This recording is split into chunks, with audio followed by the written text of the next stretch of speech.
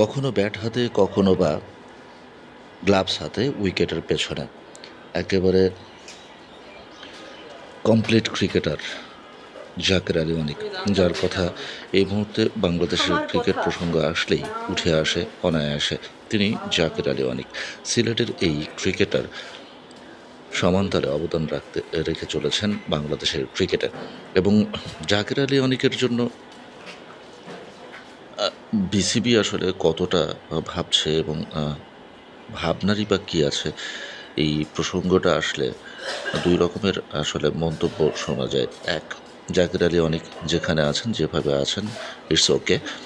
আবার আরেকটা বিষয়ে উঠে আসে যে যেখানে নতুন বলে অন্যরা খাবি খায়, সেখানে জাকির আলী অনেক অনায়াসে রান তুলে নিয়ে আসেন। হ্যাঁ, 6 থেকে 7 নম্বরে ব্যাট করে থাক, অনেকেই হয়তো বলতে পারেন তখন বল পুরাতন হয়ে আসে। তবে বাংলাদেশের ব্যাটারদের কথা যদি বলি, পাওয়ার প্লের মধ্যে যদি 4-5টা উইকেট হারায়, তাহলে কতটা নতুন নতুন বল আসলে 6-7-এর ব্যাটাররা পেয়ে থাকেন, সেটা কিন্তু আন্দাজ করাই যায়। অর্থাৎ তখন দেখা যায় যে নতুন বলই খেলে থাকেন জাকির আলী অনেকটা। সেখান থেকেই তর্কটা আসে, মন্তব্যটা আসে, সেটা হচ্ছে জাকির আলী অনেককে ব্যাটিংয়ে কেন প্রমোশন দেওয়া হয় না, অর্থাৎ টপ অর্ডারে কেন জাকির আলীকে রাখা হয় না।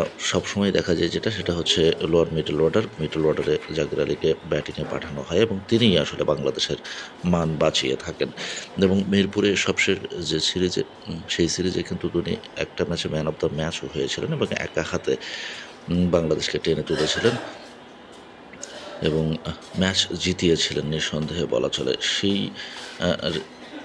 তাই যে একমাত্র উদাহরণ তা কিন্তু নয়, আরও অনেক উদাহরণ তিনি তৈরি করেছেন। সুতরাং জাকির আলী অনেক আসলে কোথায় ব্যাট করবেন এবং তাকে কোথায় ব্যাট করালে সুবিধা হয়, সেটা নিয়ে নিশ্চয়ই ভাবনা চিন্তা করবেন।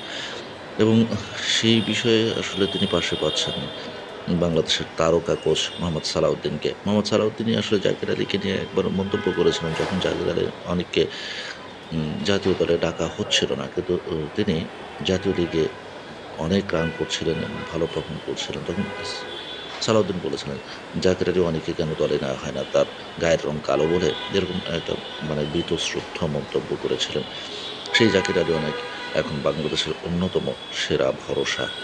শুভকামনা অনেকের জন্য।